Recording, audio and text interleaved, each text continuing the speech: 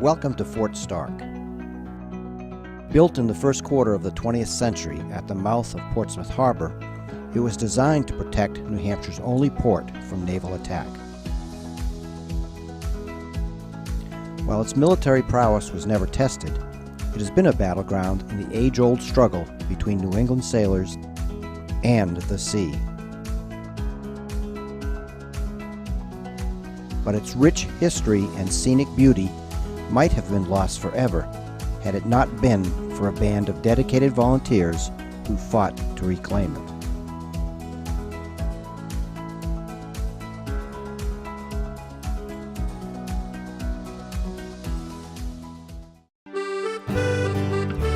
Colonized in 1623, just 3 years after the landing at Plymouth Rock. The point of land, now known as Fort Stark, was the location of one of the earliest settlements in America. Over the years, it has served as a salt works, as a family farm, and as a military garrison.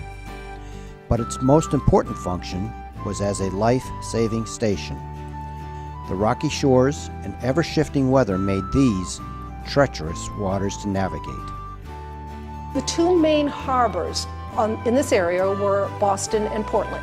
The ships would leave, let's say Boston, travel far offshore to Portland. If a storm was approaching, they wanted to get into a harbor. They would often come to Portsmouth.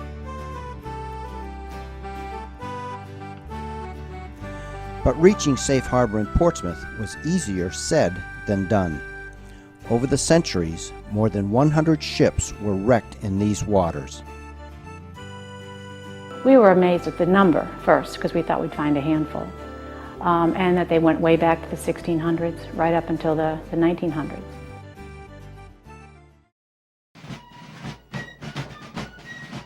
Chain link fence surrounds what's left of several concrete structures, built here in the years leading up to World War I.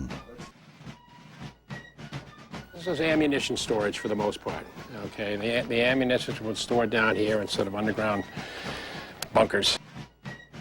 There were also barracks for the troops, gun turrets, even a mock battleship. My understanding is that that was built to look like the bridge of a ship. Now, the idea is that if we had an aggressive force coming into Portsmouth Harbor, they'd see this and they'd say, well, there must be a big ship hanging out in there. The fort was manned during World War I and World War II, then was abandoned and neglected for decades.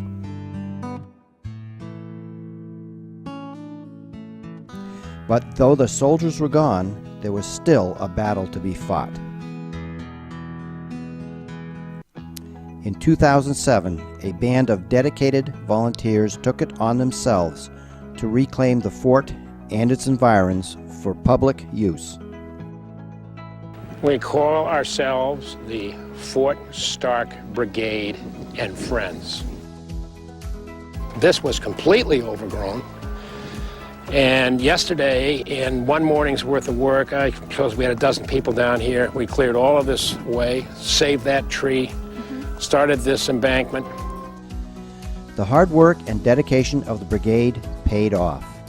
Fort Stark has been designated a state historic site and receives over 1,000 visitors each year. The Visitor Center, where you are now viewing this presentation, was originally the fort's machine shop and is filled with artifacts from the 22nd Coastal Artillery, which was once garrisoned here. You can read the thrilling sagas of the ships that tried unsuccessfully to make it into Portsmouth Harbor in the Shipwrecks Museum at the opposite end of the center. View the one-of-a-kind military structures, experience the natural beauty,